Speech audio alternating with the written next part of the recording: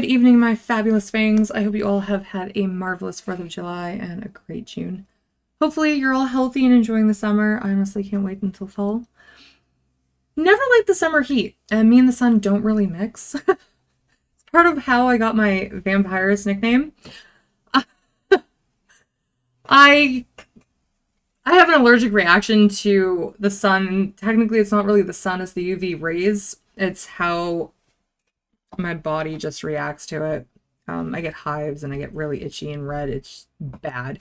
It's so bad. So, yeah, that's kind of where that came from. I am back and I'm ready to create some new content for all of you. I do miss it. I like making videos. It's a lot of fun coming up with new ideas and sharing my thoughts with all of you. I do apologize for not coming back on Tuesday. Not sure what I was thinking because with cookouts and spending time with family, I completely forgot. I'm so sorry. However, I have been watching horror films, one of which was The People Under the Stairs, which is a Wes Craven film that I never saw or heard of. No one actually has talked about this movie, so there's that. Before I share my thoughts on the film, I did try watching Terrifier 2 for the second time, and I'm sad to say it is a movie I won't finish. And yeah, I'm nailing that right in the coffin for that. I liked the first film. It gave a lot more depth to the characters, in my opinion, especially Art, at least to me anyways. And I know technically this isn't the first time that we've been introduced to Art. That was All Hallows Eve, if I remember correctly. That was the first time he was introduced, and it technically may not even be the first time. I believe there was another movie as well. Originally, when I first watched Terrifier, I sympathized with him because it seemed like he was just enjoying the holiday and having some fun, but got treated like a freaking weirdo. He obviously got his revenge in the end. However, watching it a second time, if someone acted like he did towards me, I would have been uncomfortable as well. He proposed to one of the girls. Yes, it was a joke, but still, it's kind of creepy. It does come off kind of weird. The second film was far worse than I ever anticipated. I heard people mention it was a lot gorier and people were vomiting in theaters during their viewing. I heard the same thing said about House of a Thousand Corpses, and I will say that movie is nothing in comparison to Terrifier 2. House of a Thousand Corpses didn't make me sick to my stomach, nor did any of the Saw films or even Hostel. And yes, I actually watched all of Hostel. Not the second one. I've only seen the first one. First one was enough. First one was enough, okay? Won't watch another one. Terrifier 2 made my stomach turn, and that's not a good thing in my opinion. At least House of a Thousand Corpses, Saw, and even Hostel had a plot line that made sense, but still pretty gory. There was a lot of blood and guts. Terrifier 2 was lacking for me. I don't like torture in films, and this was a hard watch. No different than Hostel, that was a very hard watch for me, but at least I got through Hostel even with the difficult scenes. I couldn't get through Terrifier 2. For those of you who enjoyed Terrifier 2, what was your favorite part? Did you like it better than the first film? And if you did like it better than the first one, why? And don't tell me the gore, okay? Because that's not a selling point for me. I need story and depth, not just gore. That's me. Moving on to The People Under the Stairs. It was released in 1991. It is considered a comedy horror film, but I didn't find it funny. There was nothing funny about this movie. Not in my opinion. Basically, it's about a couple who own a house with a child they keep locked away from the rest of the world. Two burglars break in with a child. Unfortunately, they find the house isn't just occupied by the couple and their daughter, but something else. I'm not going to give spoilers, because if you're like me who had never even heard of this movie, go give it a watch, and you'll find out. The couple return home early, and it becomes a game of cat and mouse. The child tries to escape with the daughter imprisoned in the home, but she refuses to leave, fear being the ultimate winner over her safety in that regard. I actually like the story and the characters. Part of it, I guess, could be seen as comical, but it was more tragic to me than funny.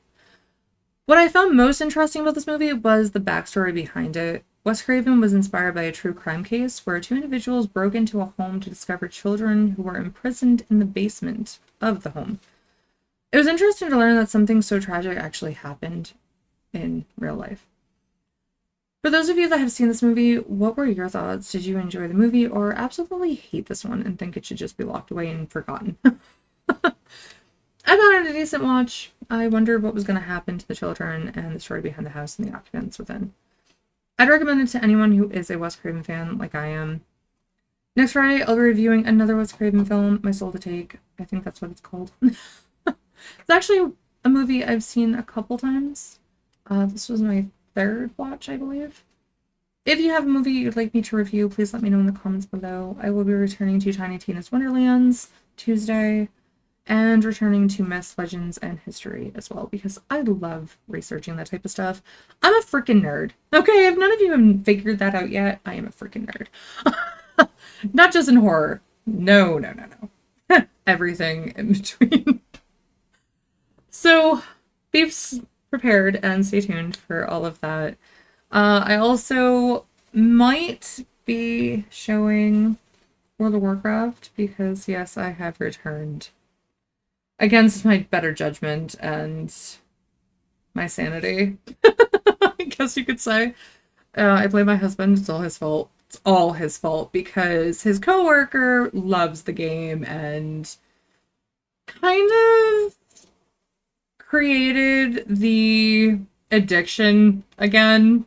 The bug, I guess you could say, really. The bug. The Warcraft bug. So my husband's the one that introduced me to World of Warcraft. So, yeah.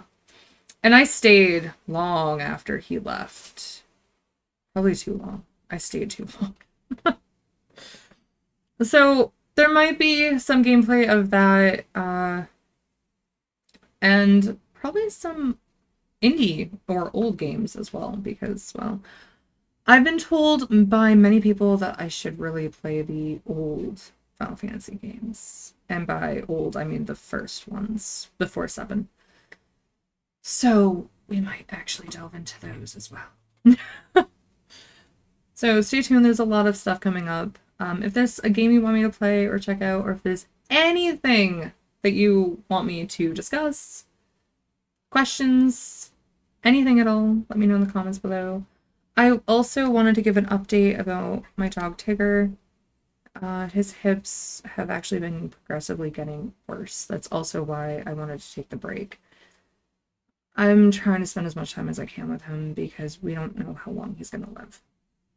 If his hips don't improve or we can't find a way to improve his quality of life, we may have to make that terrible, terrible decision and difficult decision. I don't want to lose my buddy. He's been there for me through everything. My cancer, diagnosis, my treatments, all of it. And I'm with him 24/7, being a disabled individual. He's my therapy dog. I don't want to lose him at all. We are thinking about getting him a wheelchair to help him move around in the house and outside. We do have hardwood floors that he just slips and his back legs just crumple right out from underneath him every time he tries to walk and move. It's no better outside. Now, the first fall that he had, he seemed to be getting better, but then he fell again a few weeks ago. And he just hasn't gotten better. Instead, he's just on the decline. He is seeing the vet, but unfortunately I couldn't move the visit up. And I don't even know how the hell he's going to go in the building because all they have are slick floors. I don't know how he's going to do it. I really don't. We did change out his stairs for a ramp. He was doing great on it. It took some time to get him used to the ramp. Unfortunately, though, because of our neighbor's dog, he just wants to run to that fence. He doesn't think before going. And he tried to run down the ramp. His legs gave out, and he hit hard all over again. Whimpered, and since then, he's just not getting better. It's been tough keeping him away from the fence because he just wants to run along the fence because his buddy, the neighbor's dog, does, like, he runs right to the fence. We've been keeping my dog on a leash to keep him away from the fence, but you can't really walk him down the ramp with him on a leash because you kind of need another hand to kind of keep him up because sometimes his legs want to give out while he's on the ramp going down. So it's been really hard lately. So I just wanted to give some of you an update because some of you have grown fond of my dog on Twitter. I do post pictures occasionally, not all the time, but I do post them. He did have a birthday last month, and that's why this is even harder because basically that's when everything went downhill, was around his birthday. And he's only 11. My last Doberman Pinscher lived 13. I know every Doberman's different. I do get that. I was just hoping that he would live longer life. But, you know, he might if we can get him a wheelchair. I know they're not cheap. They're very expensive. But we may have no choice. Anything to keep him, you know, improve his life. We're going to try everything that we can. Stay tuned for more updates about Tigger, and I will share some photos of him soon, hopefully. Probably him with the wheelchair after we get him it. I'm so worried about how he's gonna be with a wheelchair outside because he still thinks he's a puppy and can go 80 miles an hour. And unfortunately, his back legs show him that no, you can't do that. But he still tries no matter what, regardless of his legs. So I will keep you updated, share some photos of him with the wheelchair. Hopefully, we're going to keep him on a leash. I do know that. No matter what, we're going to keep him on a leash just because that dog, the neighbor's dog, is just a big instigator. Every time that dog knows that Tigger is out, he will run to the fence and slam his body against it to try and get Tigger's attention. And he'll bark non-stop. Or he'll jump up really high, and you can actually see his head over the fence. And that just gets Tigger going. Yeah, not fun. I wish they had a different type of fence because our other neighbors with dogs, he can see them, so he doesn't run like this. He doesn't act like this. But because my neighbors with this particular dog have a privacy fence, he can't see the dog and the dog can't see him. So they're very territorial. They think that the other is a threat. So they just want to try to get through to the fence so they can, I don't know what the hell they would do to each other, to be honest. Tigger is much older than their dog. Their dog is much younger. So I don't know what would happen in that scenario, and I don't want to find out. So we're going to keep him on a leash indefinitely, regardless of whether he has a wheelchair or not. So there's a lot of stuff that's been going on. It's part of why I took my break, like I said. I hope you all enjoyed this video and have a great weekend and enjoy your Friday night. Take care until next time. Bye, everyone.